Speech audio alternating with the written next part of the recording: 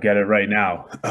Okay, so I'd like to begin with the following. I'd like to begin with the following thought. Last year we ran this program right before Pesach.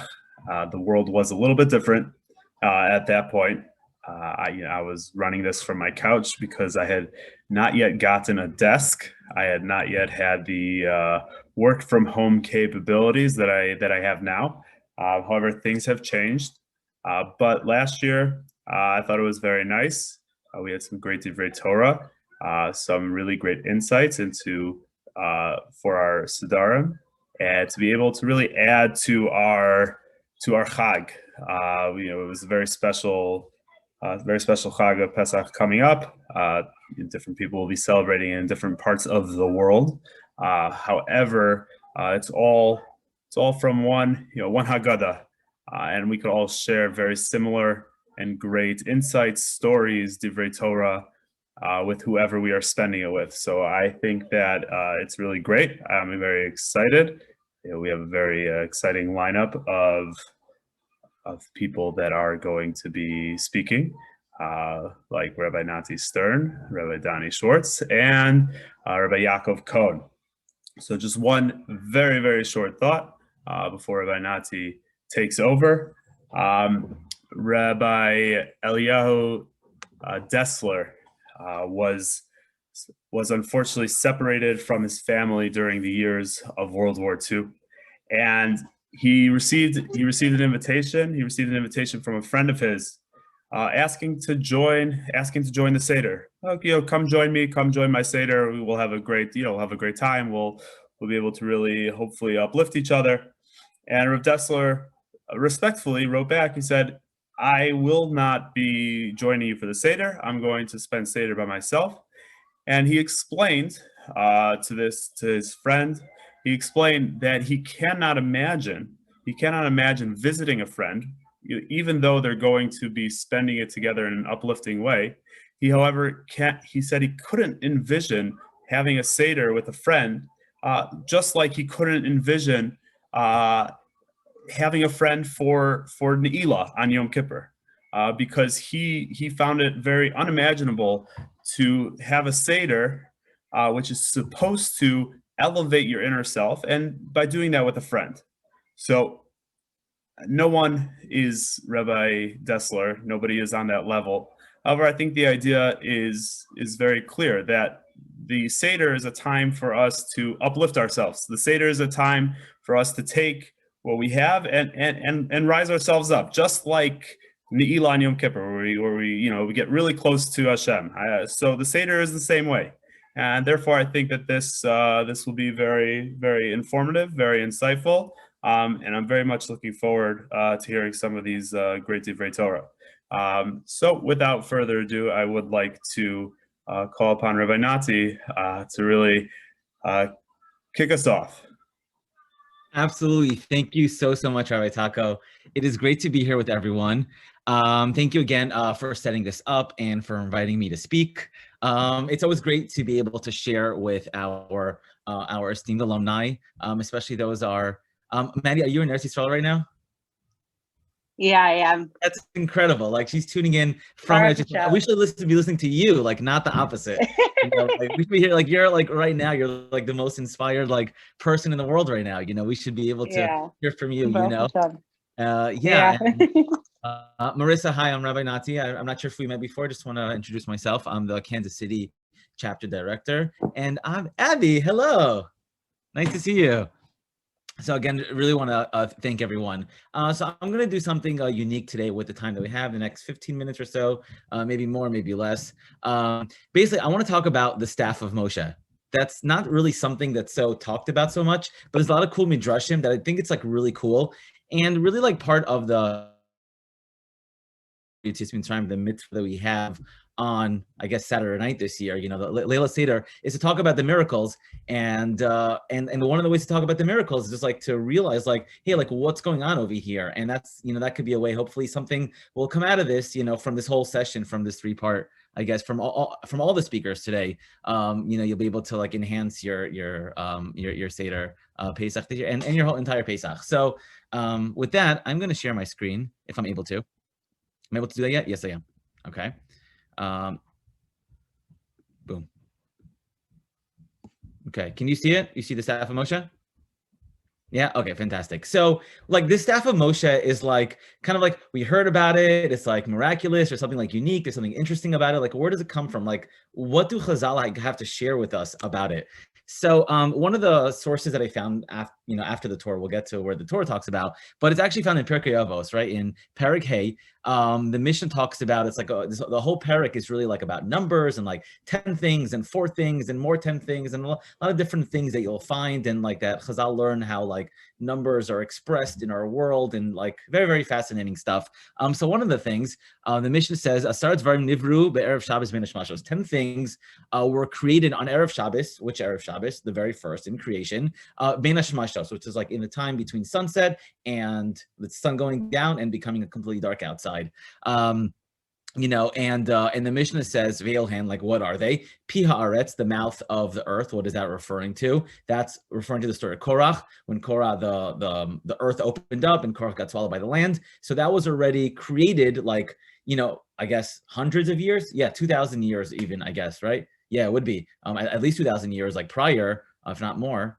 23, about 3,000 years to about 2,300 years, I think, actually, before the story actually happened. So Chazal say like this was already existed, like Hashem already created this on the very first Erev Shabbos in creation. So that's one. Piha Be'er, the mouth of the Be'er, the well, which is Miriam's well that provided water for the Jewish people throughout 40 years. Also, I think one of the Rishonim say that's also the well itself would sink, like it was a miracle that the well Ali Be'er Aleh. It's in Sefer Midbar, if I'm not mistaken. Talks about the well itself would sink, so that was like an interesting thing. Piaton, the mouth of the donkey, which is the story of Balak and Bilam. Cool story. The Keshet, the rainbow after Noach, right, and the flood. Man, right, the manna that fell, for 40 years in the desert, and Vehamate, and that's what we're getting up to, right, which is the staff. Which staff? So the Rishonim explained, like, what staff? Referring to the staff of Moshe. There's something unique about the staff of Moshe. So I found this midrash, which is really, really super duper cool. Okay, like, where did this, so like, what happened to the staff? Like, like, what do we know about it, right? So this is from Pirkei de Rabbi Elazar, which is like a collection of, honestly, some of like the coolest midrashim that you have. My Rebbe used to like quote this all the time for all these like obscure kind of like, oh, did you hear that like that midrash? It probably comes from Pirkei de Rabbi Elazar. So he quotes Rabbi Levi over here, and he says, "Oto hamate." I'm reading English. I translate underneath in Hebrew, in English. So that mate, that staff that was created bein hashmasho, like what happened to it? Nimser la'adam harishon. Hashem created it, and he passed that over to Adam Harishon, Nigan Eden, in the Garden of Eden, right? And Adam masher lechanoch, he passed it over to his grandchild, I think it is, or great grandson, something. Chanach masal and Noach, right? He passed it on to his grandchild, like Noach, right? Noach gave it over to Shem, right? This is where we come from. Semites come from Shem. Veshamar shula Avram got to Abraham. Avram, Yitzchak, Yaakov, Yidul Mitzrayim. Yaakov brought this staff to Egypt with him. Umasal Yosef bino, and he gave it over to his son Yosef. Okay.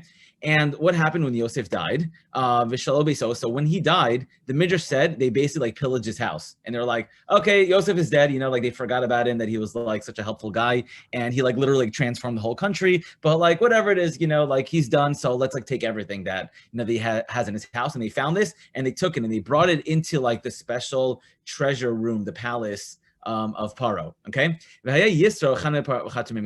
Midrashim say that Yisro actually, he was, when you read the Torah, he's not really mentioned until Moshe runs away to Midian, but actually he was one of the advisors in Paro's house. If I'm not mistaken, I think he was the one that suggested to throw all the Jews all the firstborn into the river.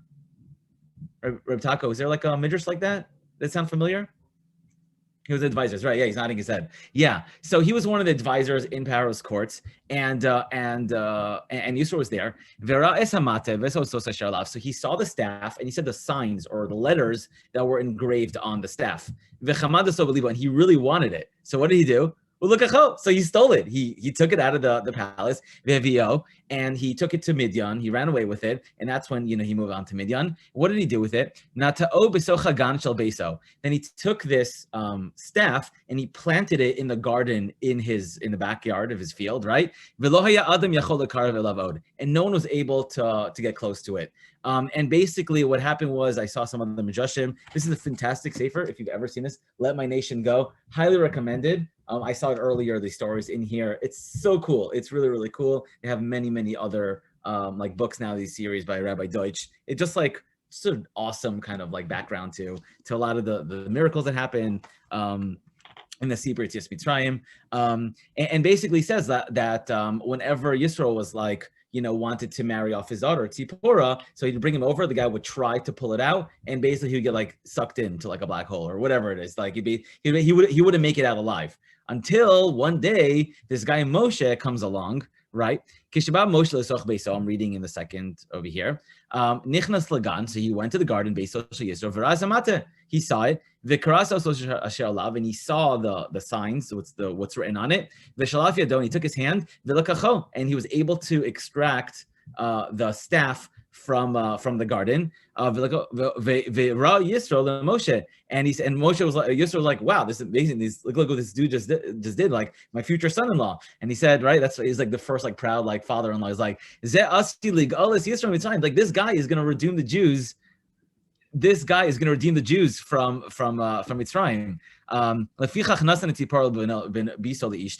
And because of that, he was like fully like hand in marriage. You can have my daughter. He was kvelling. He was like the most excited, like, I'm going to be the father-in-law of like the most famous Jew in history. And that's, and he quotes, the pasuk over there that Yisro gave over Tzipporah, his daughter, to Moshe. So that's like, does this sound familiar at all? Have you heard this midrash? Does this sound like, maybe some sort of like similarly like a secular story that sounds really familiar to this? Anyone? It's like the sword and the rock thing, right? Yeah, exactly. The sword and the stone. Exactly. That's exactly.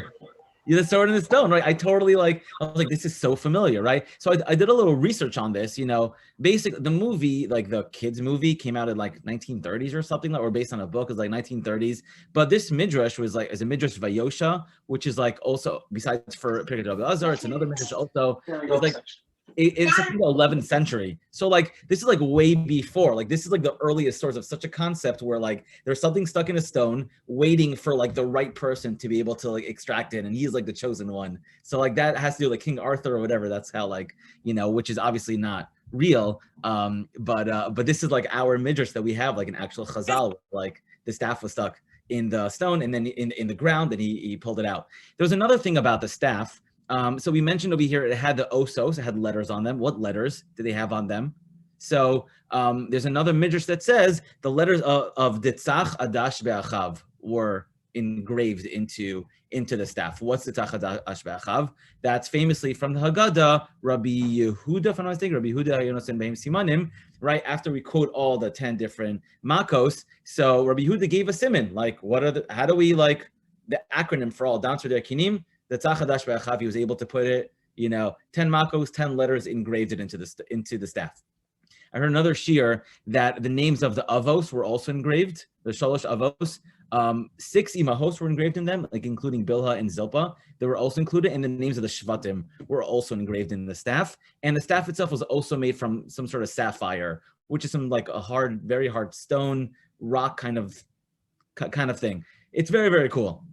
So this is like the point where I want to get to some cool background.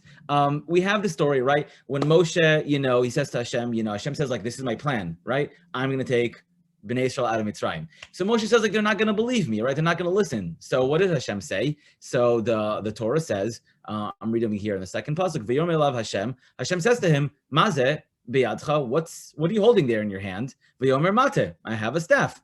Vayomer hashlichu arza, cast it to the ground. Vashlecheu arza, and Moshe did that. Vayile nachash ve'enas Moshe mipanav, and then the staff turned into a snake, and Moshe like fled because he was like afraid and stuff, right?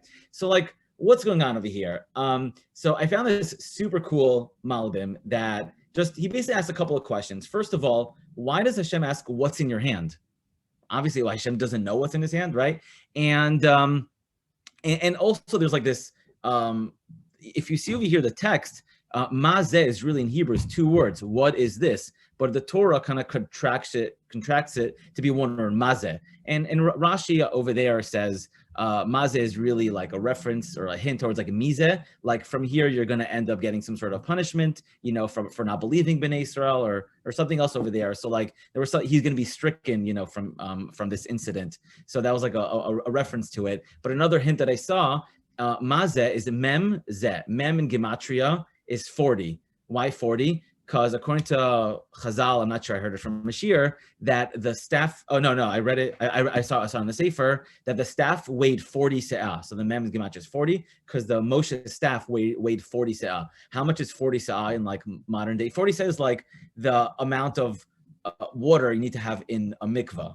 So, you know, it's a lot. It's like the minimum like amount. That's like a lot, right? So I saw that's equivalent to about 800 pounds. Like, can you imagine Moshe Rabbeinu walking around with like a staff of 800 pounds? You know, what does that mean? It's miraculous, you know, incredible stuff. Okay, so the Malbim on Shmo says a very fascinating things. You know, in Hebrew, Lashon HaKodesh, the Torah is very specific with its terminology. If you want to use the word for a staff or a stick, there's different expressions for it, right? There is, he quotes, there's 3 different types of sticks, basically, right? There's makel. That's one expression, right? Makel, right? There's mate, which is what we're talking mate, and there's mishenet, okay? So makel means like a stick, basically, or a scepter, maybe that could be one of them. A mishenet is like, comes for like mishantecha, right? To lean on. So it's some sort of stick that you put your weight on. So like, you know, image of a frail old person like walking with a stick, that's a mishenet. But a mate is used differently, right? It's like an incredible thing in Judaism that Torah is very, very specific with its terminology, even though it's the same physical object, but because it's used differently, so the Torah uses a different word for it.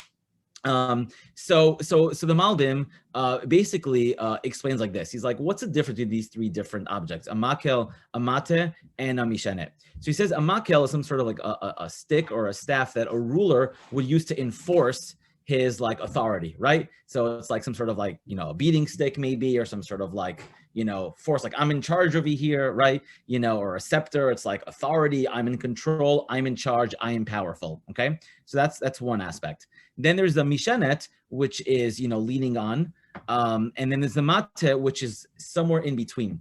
And the Malbim, which is explained through Rabbi Dr. Norman Lamb, says a very fascinating thing. Of these 3 different expressions, makel, mishenet, and mate, actually represents 3 different forms of leadership, okay? So the makel, as you can imagine, is a type of stick or a staff that a leader is like, you know, I'm in control and I'm in charge and you're gonna do exactly what I say and you're gonna do exactly what I tell you because I'm the man and I'm in charge over here, right?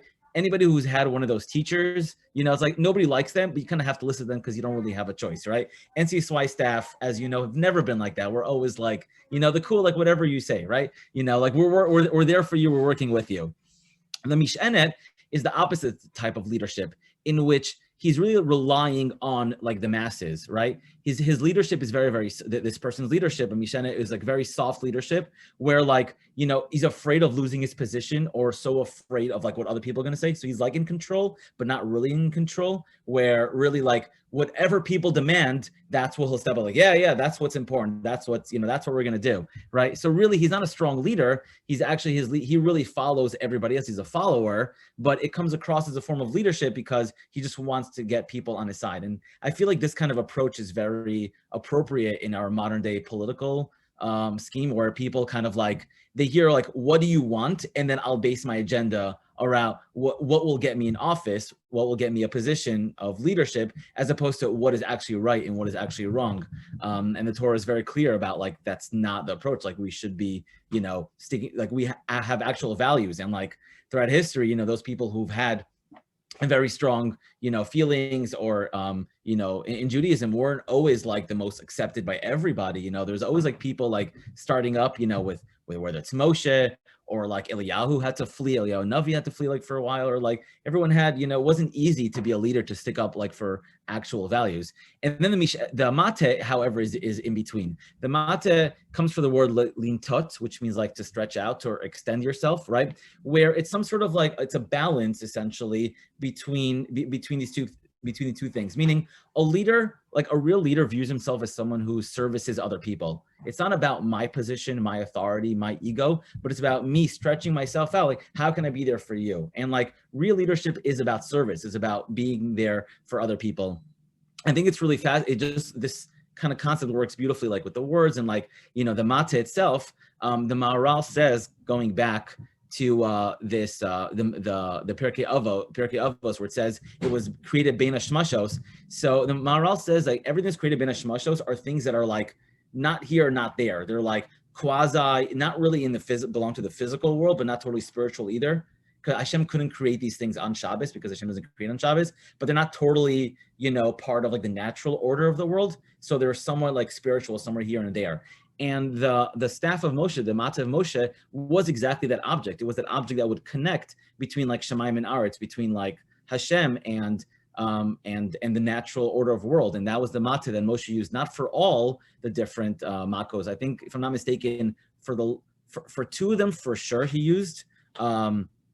If I'm not mistaken, for the last three, which are like the most powerful or the most like intense of all the Makos, that's when Moshe used for the Mata. So that was an idea I wanted to share with you all. I think there's some cool midrashim about the staff itself. It's like, it's like, who says Judaism doesn't have awesome stories? These things get me excited. I know when I was younger, I was like, wow, this is amazing. These are kind of things like when you're younger, you remember. So you could share these like with the people you're going to be around for the Seder, and the message like of what kind of leadership like do you want to be in? I can, just to connect that, like, I'm so impressed, by Rav Taco, thank you so much for organizing this. You guys are our future, like the alumni, and in Israel and beyond. If any 12th graders are on over here also, it's the same idea, just like taking your leadership. And I hope you found this to be meaningful and inspirational. So have a Chag Kasher v'Sameach, and thank you again for inviting me. All right, thank you so much, Rabbi Nati. I know Rabbi Nati has an event today, so we really appreciate him. He's got only a few more minutes, so he has to run. But we thank him so much for taking the time to be able to share some really, really cool insights on something that we don't really usually discuss, or you don't really learn so much about. I'm going to just quickly throw in a 15-second tidbit before Rabbi Dani starts. For those that came just a few minutes late, we talked about before. We talked about how there's a bit of a connection between Ne'ilah on Yom Kippur and your Seder, about how it's all about getting closer to Hashem. So there's a story from Rav Yitzchak Hutner that at his Seder there was a guest there who accidentally knocked over a cup of wine and it spilled all over his kittel. And the guest is mortified. He spilled wine on this holy Rav, and it's all over his kittel. And Rav Hutner looks at him and he says, he's like, don't worry, because a kittel without wine on it is the same thing as a machzor, a Yom Kippur machzor without tears in it. If you're not going to use it, if it's not going to be used, if you're not really getting into your Seder and really sweating and talking about some of these really great topics and some more that we're going to learn about, it really, have you really been at your Seder? Have you really accomplished? What have you accomplished if you haven't really gotten into it and sweated it out and gotten yourself dirty and really worked through some of the tough discussions that could come up over a Seder? So without further ado, I would like to introduce Rabbi Dani to share some more great insights into our Haggadah. Thank you, Rabbi Taco. Somehow you managed to put these things together and get me to do stuff that I never do. It's amazing. I don't know how you do it. You're incredible. Thank you. It's good to see some of you, two of you specifically. Andy, Marissa, good to see you guys. Thank you everyone else for jumping in. A tip for anybody who's ever speaking in a series of other people speaking: don't show up late, because you risk not knowing what the first person said and repeating it. So I'm taking that risk, but it's the last Sunday before Pesach, so come on. It's tough. It's tough. The cleaning and the craziness. There's actually a nice break. So it's good to see everybody. Thank you for taking the time to join in and to zoom in. And I hope I have something worthwhile to share. So I want to talk about a part of the Seder that I think is often overlooked. But first, want to just ask a broad question, as I think it's always important to do. You know, when you're sharing words, just kind of, you know, bring everybody in to a question that we can all relate to, and that is, when you think about who you are and your reputation, and when people think of you, and when you think of yourself, and how, the box you kind of place yourself in. How did that happen? At what point did that occur? Right? I'm sure many of you think 5 years ago, if you would have told me 5 years ago that I am where I am now, right? People would be like, you yourself are like, no way, right? There's no way that this would ever be like what if you would have told me, I would have said you're nuts, right? So at what point did that happen? For better or for worse? And I'm sure you have a lot of friends that kind of made other decisions and went a different way, and you can't believe where they're at. You know, the question is, at what point does that occur in your life? At what point do you become you? And the problem is, a lot of times we figure that out way too late. We figure out who we are and where we're headed and how we've defined ourselves way too late to be able to really appreciate it. And at the end of the day, your experience and the moments that you decide to have create you, create who you are.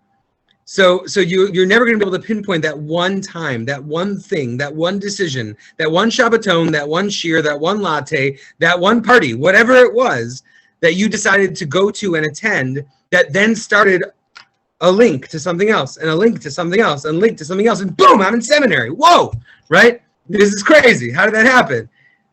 Those kind of things are what shape us. So I think that when it comes to Pesach and when it comes to our Seder, one of the things that we're so focused on, which always bothered me, is Yitzias Mitzrayim, right?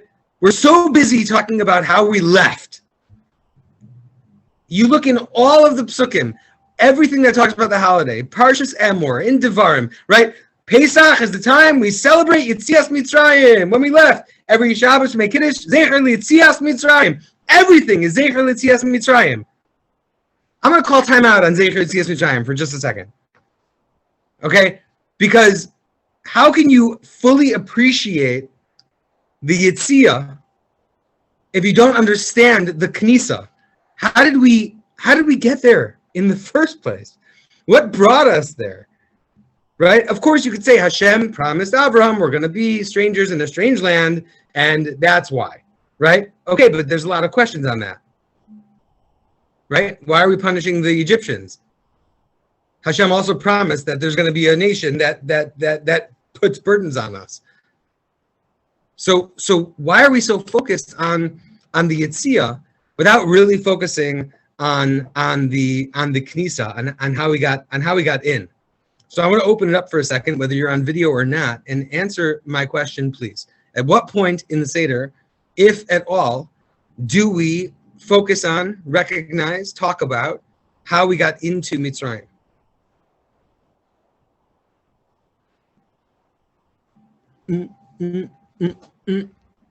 I have 15 minutes, so, you know, not a lot of time, but would love to hear a guess, a stab at it, something,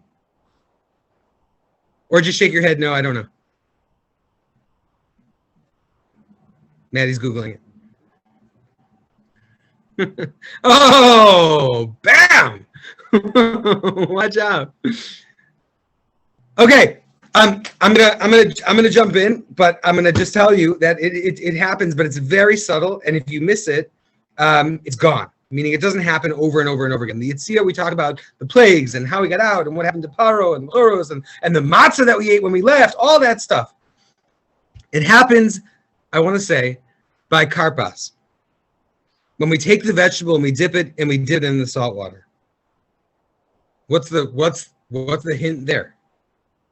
What's going on there? We take a vegetable, we dip it in the salt water, reminding us of the tears. And that's really the first thing we do. And then we start asking the questions and we get into the fun and we start eating candy and it's great. Right? But what does karpas have to do with how we got into Mitzrayim? If you know and you want to destroy the shear, speak now.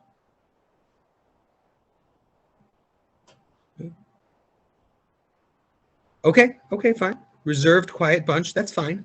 I'm okay with that. That's cool. Okay, so I'm going to tell you, but I'm on the condition that you have to say this over, because this is like the best Vart ever. This is the best, most important thing in the Seder. If you miss it, you miss the whole Seder. Okay? So it's really important that you're here right now to hear this. Okay? Karpas, dipping in. At what point in the Torah was there a dipping that caused us a problem? I'm giving you some hints.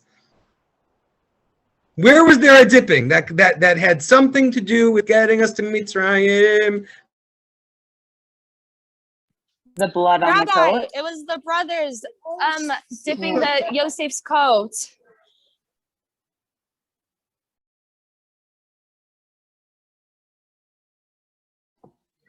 One second, Rabbi Donnie, we can't hear you. Uh-oh. All right, there we go. Did I freeze? You did. Your video's frozen, but your audio is going. Tell me when I come back. Am I in a weird position? Now you're back. You were in a weird position, but now you're good. Okay. Like when you freeze, you want to freeze in like a good. Okay, Maddie, you got something for me? Yeah, dipping in the coat, the blood in the coat. Thank you. Thank you. The brothers take the coat, the kisonas pasim, kitonat pasim, right? And they dip it in the blood and they bring it to Yaakov to say, here, is this your son's coat? Do you recognize this? Haker na, right? Do you recognize this coat? And he, of course, recognizes the coat. Okay, but Maddie, I got to push back now. What does that have to do with karpas? I mean, we dip the karpas in salt water.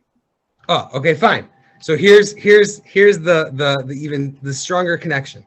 Okay, you're right on, Maddie. You're right on. Okay, it says that there was a dipping. They took his coat and they dipped it in the blood. Okay, do you know what the coat was made out of?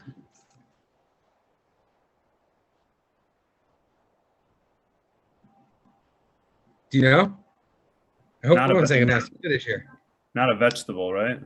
So if you look in I'm very old school. I'm sorry. I don't do like share screening with like stuff like that. I go right to the thing with sticky notes on it. That's just me.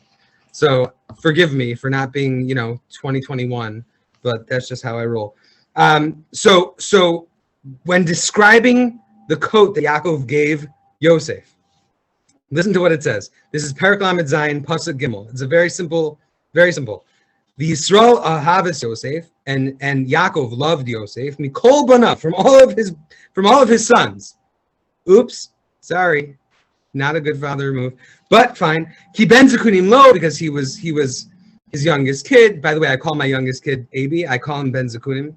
He's my Ben Zekunim. He can't do anything wrong. I love him. I love all my other sons too. He can't do anything wrong. He has that effect on me. Because he's Ben Zekunim, because I'm old and he's very, very young. Okay, the asalo, and he made for him kisonas pasim, right? The coat of many colors. Now, what was this coat of many colors made out of? Rashi. You don't have to go very far. Just go down to the bottom. Kimo karpas. The coat was like karpas. It's Rashi, not some Rav Tzadok, you know what I'm saying? Like this is just plain straight up Rashi. The Ksonis Pasim that they dipped was made out of karpas. Whatever karpas is, this mysterious material. So when we dip the karpas, really what we're remembering is what brought us to Mitzrayim. And what was it? a divide amongst the brothers, jealousy, hatred towards a younger brother that the father might have loved more. Yosef goes to Mitzrayim. Because Yosef goes to Mitzrayim, everyone goes to Mitzrayim, and there we are. And then we have a Yetziah, and then we have a Bnei Yisrael. But it all starts from that point, from that jealousy. When Yaakov is on his deathbed, and he's his last words, he brings everybody in. He's about to reveal to them when Mashiach is coming. And then he loses his nevuah. But when he calls them in, do you remember what he says? Heyasvu ve'agida lachem. Get together, come together, so I can tell you what's going to be at the end of days. Now you might read that and miss it and think that it's saying he's just calling them. Everyone come, hey, come. Let me tell you what's going to happen in the end of days. And then he doesn't tell them. He tells them all their problems. Right? But he's telling them a secret. He's saying, if you guys could just get along, if Bnei Yisrael could just be together, Heyasfu, gather together, if you guys can actually be together, Mashiach will come. So the divide amongst Bnei Yisrael is what brought us to Mitzrayim. The leaving of Mitzrayim is supposed to remind us that Hashem brings us together, and then we have to do the work on our own and bring ourselves together and get along and respect each other and trust each other and work together to bring the Geula. Such an important idea. I want to go just a drop deeper, one level deeper. Then we'll finish with the message, and then I'll turn it back to Rav Taco. The idea of of dipping a vegetable, specifically, it has to be a vegetable, because the breakdown of the entire world, if you want to talk about how the world got into this mess in the first place, the vegetable is always the reminder. It's always the reminder of the breakdown of humanity and the divide where we try to push Hashem out and we try to take control. Adam Arishon was placed in Gan Eden. Everything is in Gan Eden, by the way. All the secrets of the world, everything connects back to Gan Eden. If it doesn't connect back to Gan Eden, it's not real Torah. Okay? So Adam is there, and Hashem told him, you eat from all the fruits of the tree. Every single fruit of the tree is yours. And we know the story. We know what happens, right? He does it. He eats from the tree he's not supposed to eat from, blah, blah, blah, the whole thing. And we can get into that another time. It's fascinating. It's my favorite story. I love it. The punishment to Adam after he eats from the Eitz Hadas Tov V'Ra, the tree that meshes good and bad, the tree of confusion, not the tree of knowledge, the tree of knowledge of good and bad together, which is confusion. Hashem tells him, now, guess what you're going to eat? Vegetables. Before that, he didn't eat vegetables. Hashem said, now you're going to eat vegetables. And Adam, the Gemara says, Adam cried, I'm going to eat the same thing as my donkey? He said, yeah, until you can learn how to be a person. You're going to now look at the ground, not just up, and the connection to me. The fruit always represents looking up, right? Direct connection to Hashem. Now you're going to look down, and you're going to have to build up from the ground all the way up. So the dipping of the karpas is two things. One, how do we get into Mitzrayim? Divide, jealousy. But it's also how we got into this mess in the first place, trying to push Hashem out and taking control. Hashem said, don't eat from the tree. Adam eats from the tree. And from that point forward, we are egocentric. We think that we're in charge. We know better. We know better than Hashem. Take Hashem out. Hashem, just get out of my way. Let me do what I need to do. And we go back to that reputation of who we decide we are.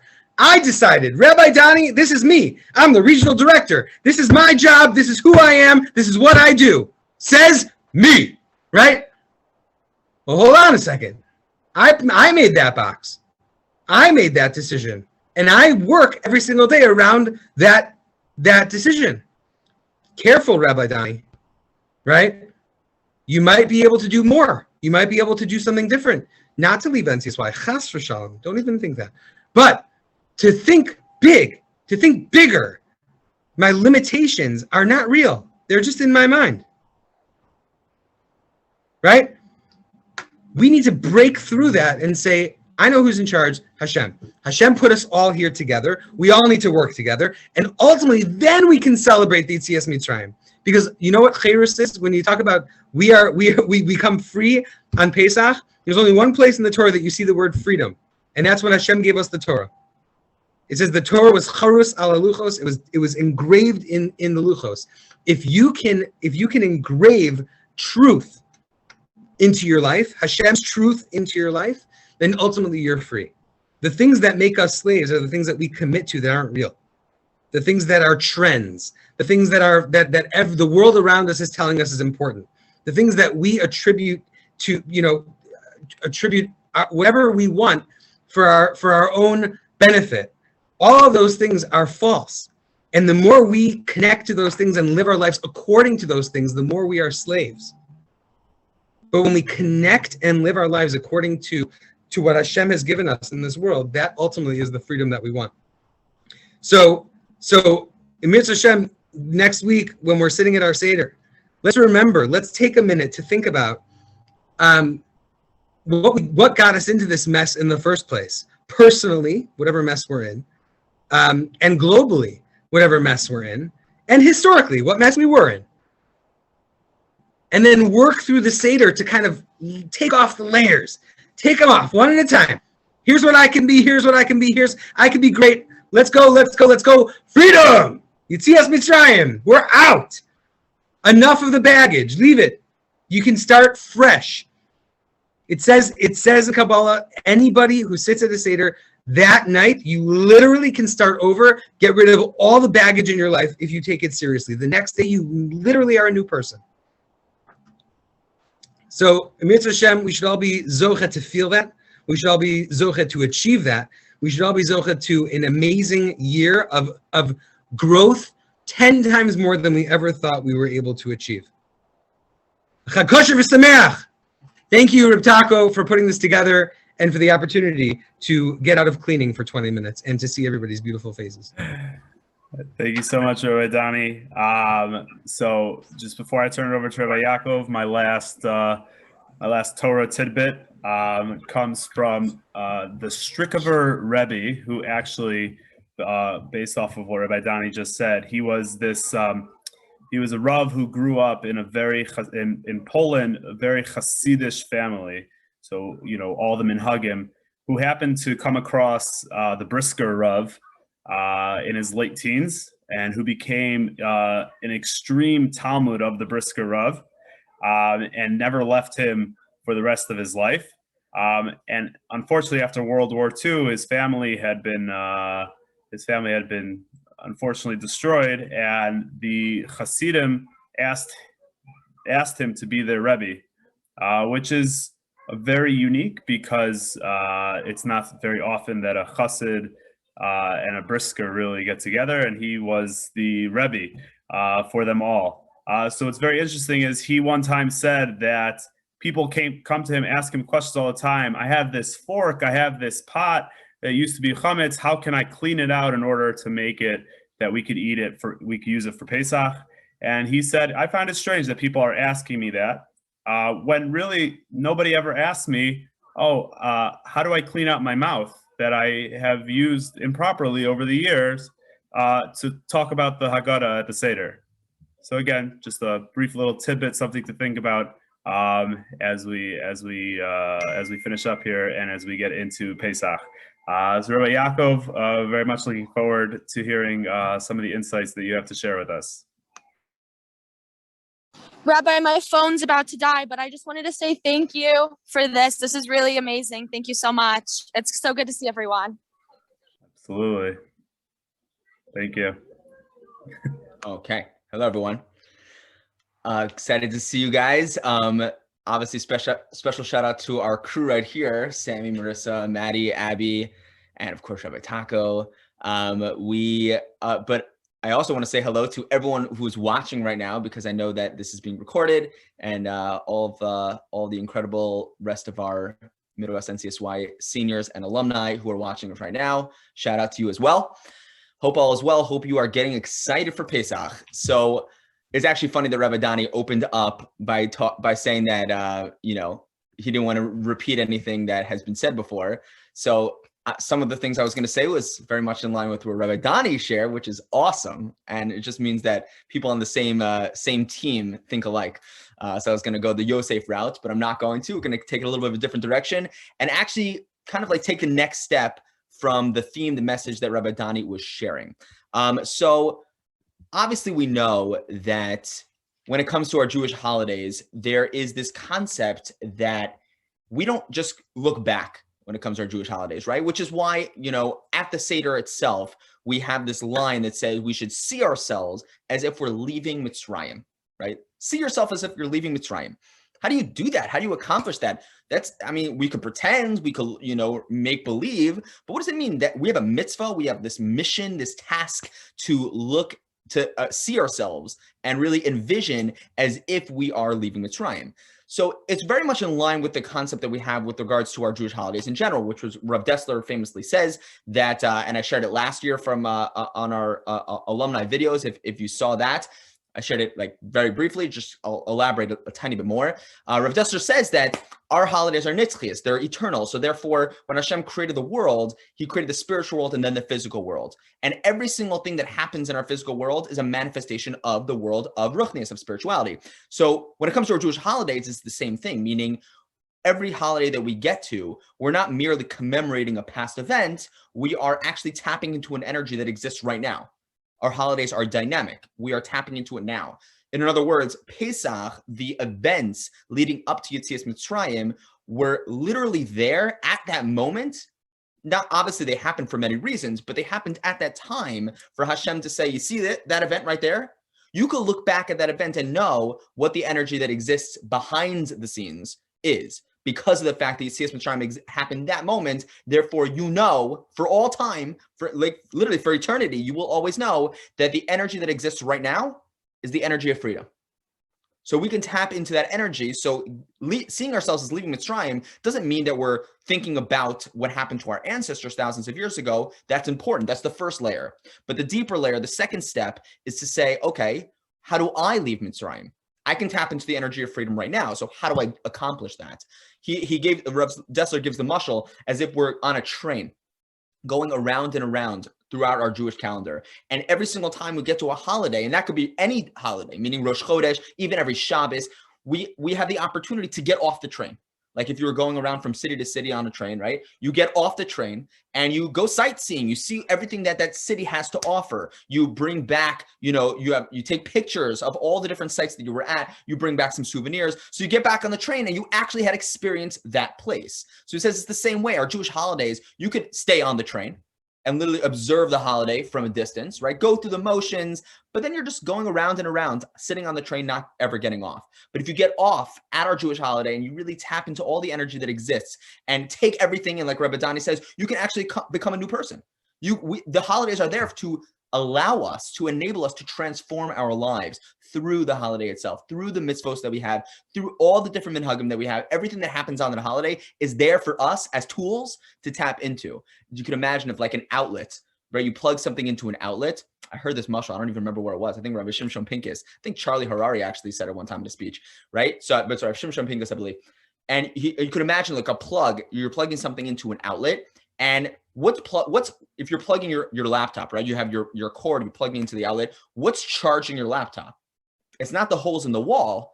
It's the voltage, the electricity behind the holes. So he says it's the same way with our Jewish holidays, Rav Shimshon Pincus says, right? You tap into that energy of the holiday, the Pesach, the matzah, everything we have, the maror, the 4 cups, everything throughout the rest of the holiday, those are the holes in the wall. What's behind those holes, when you tap into those, when you perform those mitzvos, is the energy, the electricity, the energy of freedom. Okay, so how do we become free on Seder night? There's a wonderful medrash, and it's from Shir HaShirim, a medrash rabbah in Shir HaShirim, that says the following. The line in Shir HaShirim says, Lo yadati nafshi somasni, which means I had no idea. Lo yadati, I had no idea. Nafshi somasni, of this soul, this nefesh, this greatness that I was given as a gift. I had no idea. I didn't know how great I was. So the Medrash Rabbah on this pasuk in Shir HaShirim says the following. Gives a mashal. He says, Imagine there's a girl, princess, little girl, a baby, really, a toddler, and she's running around and she gets lost. She gets lost in the forest and she starts running for miles and miles. And she, of course, is a baby. She's whatever it is, 2 years old. She has no idea where she's going. She's not purposely running away, obviously. She just gets lost. But she keeps running. And when she wants to go back to where she lives, which of course is the palace, but she has no understanding that she's a princess, that she lives in the palace, she keeps running. She's trying to get back home, but she gets even further and further lost, gets further and further away from the palace. And this happens for hours. Hours turns into a full day. She's frightened. She's terrified, and she doesn't know what to do. Meanwhile, she ends up in this peasant village.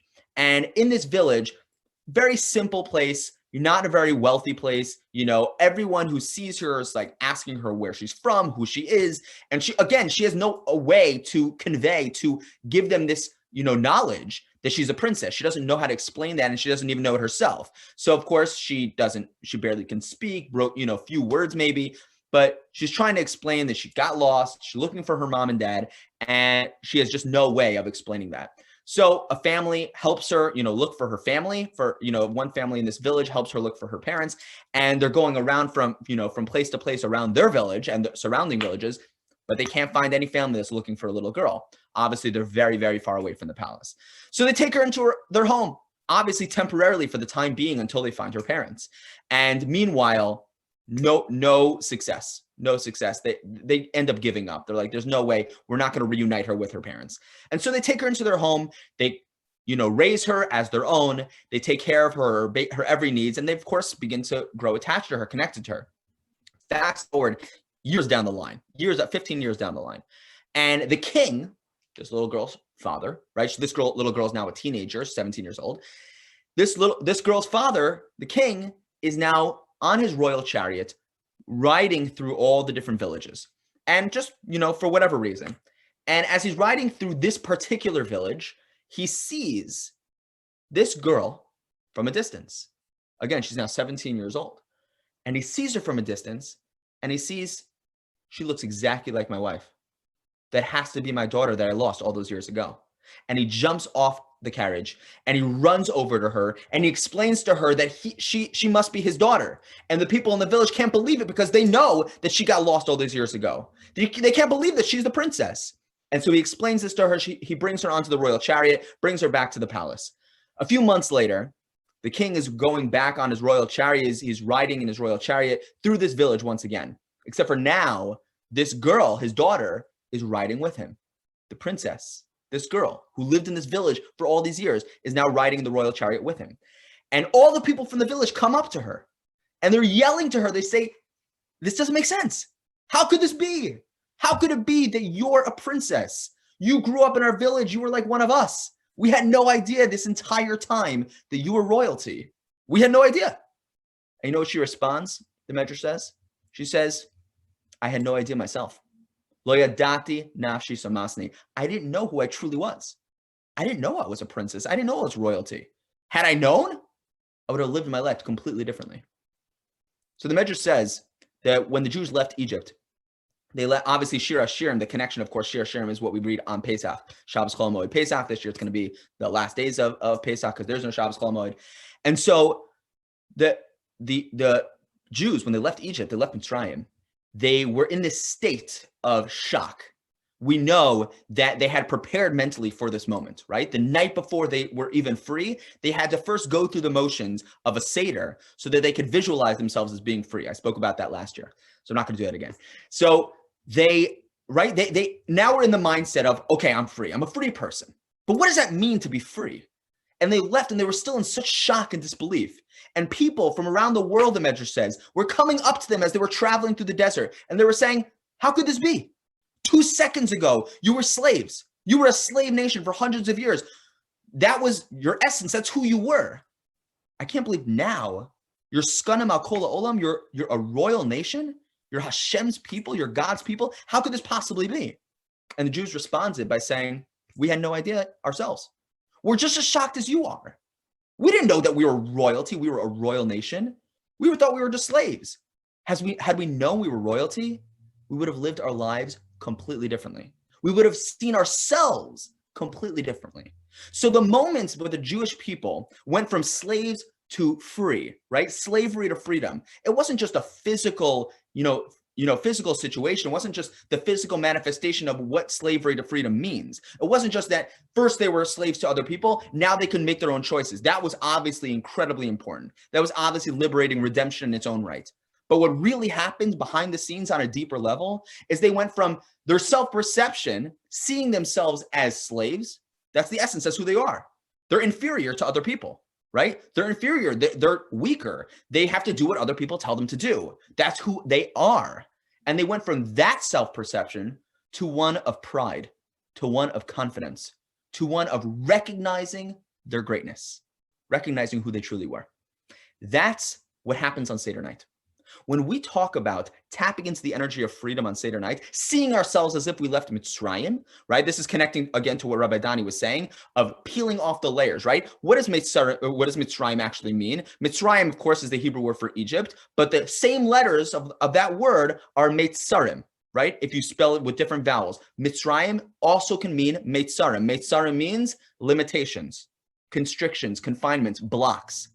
So what we do on Seder night, the way we tap into the energy of freedom is by seeing ourselves as if we're leaving our meitzarim, our limitations, our mental blocks, the things that have stopped us from recognizing and understanding who we truly are, our royalty within, what it means that we're a nation of royalty, what it means that Hashem chose us to be a part of this incredibly special and powerful nation. Right? So what we're doing is we're peeling off the layers, as Rabbi Dani said, right? Instead of these mental blocks that we put on ourselves, where we think we're inferior, we think that we're less than, we highlight our weaknesses. On Seder night, the matzah that we eat allows us to break free from those mental blocks, those meitzarim. And we all of a sudden realize, wait a second, this is not just about my ancestors. This is about me. I'm not just like another simple person walking around the world trying to, go through the motions of life. I'm part of a nation of royalty. There's something so special about me. I'm part of this incredibly powerful and special nation. So once we understand that, once we eat the matzah of freedom and we recognize, we gain this new sense of spiritual confidence, this new sense of Jewish pride of I'm a part of a royal nation. I'm of that royalty. Those are my ancestors. They recognized that they were kings and queens of the world. And now I have to recognize the same thing. Part of a royal nation means we call Hashem Avinu Shebashamayim and we call him Avinu Malkeinu, right? He's our father, but he's also our father, our king.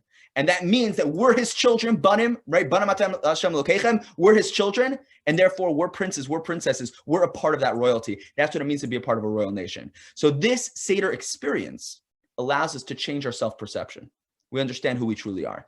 That is the entire essence of what the Seder is really about. We're telling the story from slavery to freedom because we can go through that same exact process. The 15-step process of the Seder can allow us to go from the self-perception of seeing ourselves as, weaker, as inferior, as less than, as not capable, to understanding our greatness, to understanding that we are created b'tselem Elokim, in God's image. We're created b'chelek Elokam imah, with a piece of HaKadosh Baruch Hu inside of us, a piece of godliness inside of us, that we can say, literally, the source of all greatness, of all power, all energy exists within me. That's what royalty is.